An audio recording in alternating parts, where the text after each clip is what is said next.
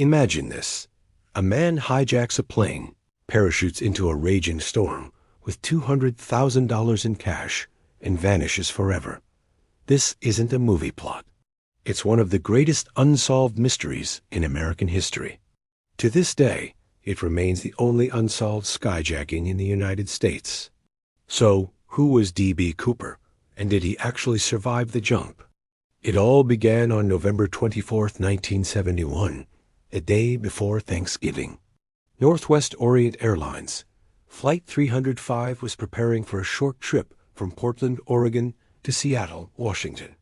Among the passengers was a quiet, well-dressed man in a suit and tie. He bought a one-way ticket under the name Dan Cooper. He looked like any other businessman, maybe heading home for the holiday. But shortly after takeoff, he handed a note to a flight attendant.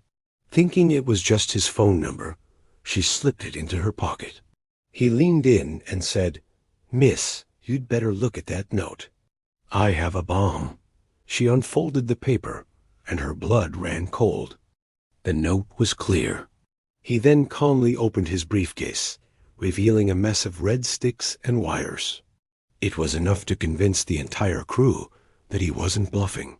His demands were simple: $200,000 in unmarked $20 bills, 4 parachutes, and a fuel truck ready and waiting for them in Seattle. As the crew relayed the message, the legend of D.B. Cooper was born. The plane circled high above Seattle for nearly 2 hours. Down below, the FBI scrambled to gather the cash and parachutes. Meanwhile, the passengers on board had no idea what was happening. They were simply told there was a minor mechanical issue, causing the delay. When the plane finally landed, Cooper's plan unfolded with chilling precision.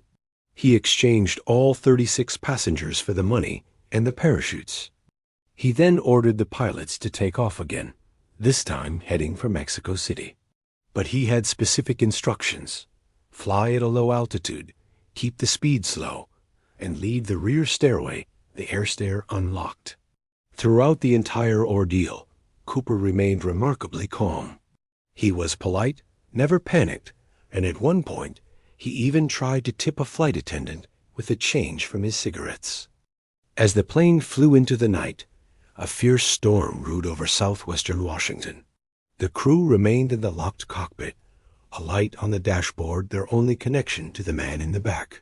Suddenly, around 8:13 p.m., somewhere between Seattle and Reno, that light blinked off.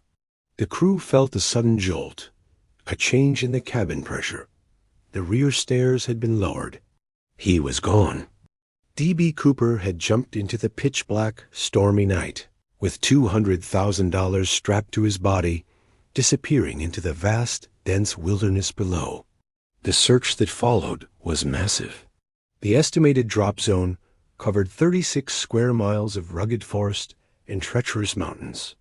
Despite the efforts of hundreds of soldiers and law enforcement, they found nothing. No body, no parachute, not a single trace of the man who had just pulled off the perfect crime. The FBI immediately launched one of the largest and longest manhunts in U.S. history, codenamed NORJAK for Northwest Hijacking. Sketches of the suspect, based on eyewitness accounts, were sent all over the world. But an early media error changed history. The hijacker called himself Dan Cooper, but a reporter mistakenly called him D.B. Cooper, and the name stuck. The investigation ran for decades. The FBI questioned hundreds of potential suspects, ex-military paratroopers, career criminals, even people who had gone missing around that time. But every single lead went cold. Then, in 1980, nearly 9 years after the jump, a young boy on a family vacation found a breakthrough. While digging in the sand on the banks of the Columbia River, he unearthed 3 bundles of rotting cash $5,800 in $20 bills. The serial numbers matched the ransom money. It was the only physical evidence ever recovered, but it raised more questions than answers. How did the money get there, miles from the predicted drop zone? So, the biggest question of all, did he survive? Most experts and FBI agents believe the jump was suicidal. Plunging into a freezing storm, at night, over rugged terrain, with no idea where you are, is a death sentence for even the most experienced skydiver. But the survival theory is far more captivating. Some believe Cooper was an ex-military operative who had meticulously planned his escape route and knew exactly what he was doing. Over the years, countless suspects have been named. There was Richard McCoy, a Vietnam veteran who pulled off a similar copycat hijacking just a few months later, before dying in a shootout with the FBI. There was Dwayne Weber, who reportedly confessed to his wife on his deathbed, "I am Dan Cooper." And then there's Robert Rackstraw, another Vietnam vet whose military skills, handwriting, and physical resemblance made him a compelling person of interest for years. Each theory adds another layer to the legend, but none have ever delivered that final, definitive proof. After 45 years of dead ends, the FBI officially closed the active investigation in 2016. The case remains unsolved, but the legend of D.B. Cooper has grown into a modern American folktale. He's become a symbol of rebellion, a kind of anti-hero who took on the system and won. He's been referenced in movies, songs, and even made a cameo in the Marvel series Loki. To this day, fans and amateur sleuths gather at the annual CooperCon to debate theories and celebrate the mystery. Was he a criminal mastermind? A ghost who vanished into thin air?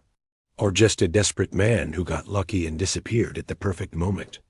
In an age where everything is tracked and everyone leaves a digital footprint, the idea that one man could simply disappear without a trace is what keeps us fascinated. His story is a relic from a different time, a final, defiant act of anonymity against an increasingly connected world. D.B. Cooper didn't just hijack a plane, he hijacked our imagination. If you enjoyed this mystery, you'll love my deep dive on Cicada, 3,301 another internet legend that refuses to die. Thanks for watching, and don't forget to subscribe for more unsolved stories.